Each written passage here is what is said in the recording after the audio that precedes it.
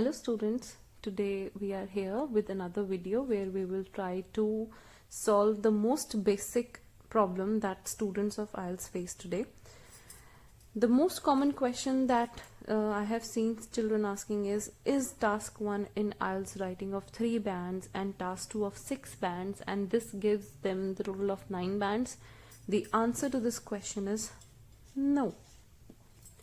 So how the score is calculated in IELTS writing. तो हमेशा ये वाला डाउट जो है वो बच्चों को हमेशा परेशान करता रहता है। इसको समझने के लिए हमें बैंड डिस्क्रिप्टर्स को समझना होगा। आई होप आप लोगों को नॉलेज होगी बैंड डिस्क्रिप्टर्स के बारे में। ये ऑनलाइन आइल्स कैम्ब्रिज की तरफ से आप लोगों को मिल जाएंगे। This is the public version is the band descriptor for task 1। ठीक है, इसके अंदर जो 4 पैरामीटर्स हैं that is your task achievement. Let me zoom it for you.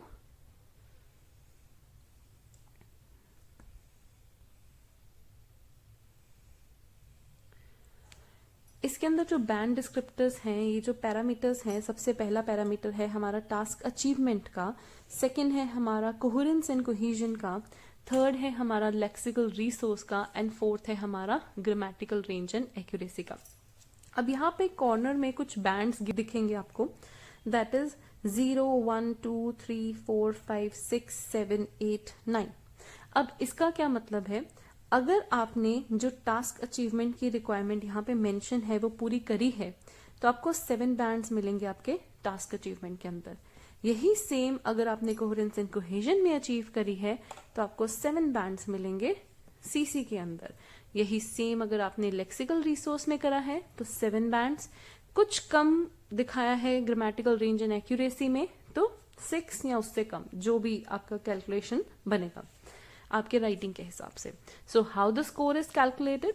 Score calculate होगा आपका इन पैरामीटर्स के हिसाब से। सपोज टास्क 1 में आपको टास्क अचीवमेंट के लिए मिले 6.5 बैंड्स, कुछ एवरेज आपने लिखा था।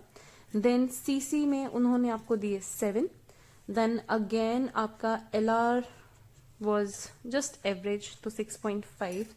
GRA वाज गुड तो उन्होंने आपको 7 दे दिया।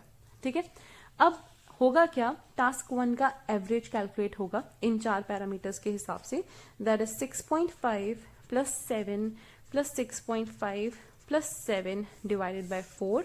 इसका जो भी एवरेज बनेगा, सपोज लेट इट बी, इसका एवरेज बना 7।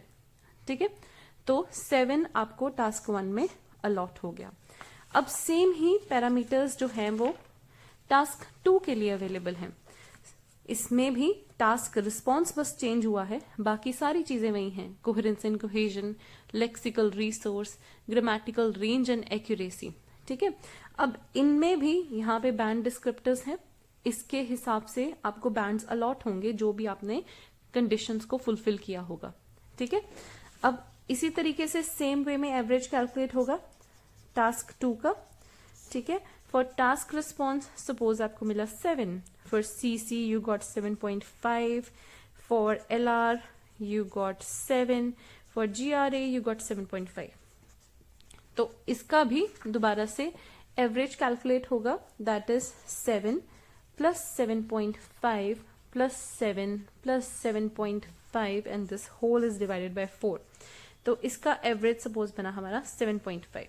Now we have individual scores for task 1 and task 2। ठीक है, अब इन दोनों के लिए हमारे पास इंडिविजुअल स्कोर्स हुए, राइट। इंडिविजुअल स्कोर्स आने के बाद अब नया एवरेज कैसे कैलकुलेट होगा, let's have a look at that. अब वैसे तो टोटल एवरेज निकालने के लिए there is an algorithm, but बच्चों को समझाने के लिए we give them the general idea कि टास्क 1 का स्कोर एक बार ऐड होगा, टास्क 2 का स्कोर 2 बार ऐड होगा, एंड उसका एक एवरेज निकाला जाएगा that will take you down to your next score, that is your total IELTS writing का score। 7 plus 7.5 plus 7.5 divided by 3 is equal to 7.5 overall। ठीक है, ये आपका ओवरऑल स्कोर बन गया। अब इसमें ध्यान किस चीज का देना है, ध्यान ये चीज का देना है कि टास्क 1 जो है वो 33% कंट्रीब्यूट करता है to your total score, and 2 जो है वो आपका काउंट करता है 66% ऑफ द टोटल स्कोर। ठीक है। तो इसके हिसाब से आपको देने चाहिए on an average 20 minutes to solve task 1 and on an average 40 minutes to task 2। I hope score calculation को लेकर अब कोई डाउट्स आपको नहीं रहे होंगे। If you have some queries please call us at these numbers and subscribe to our channel for more such videos. Keep working hard, score well, God bless.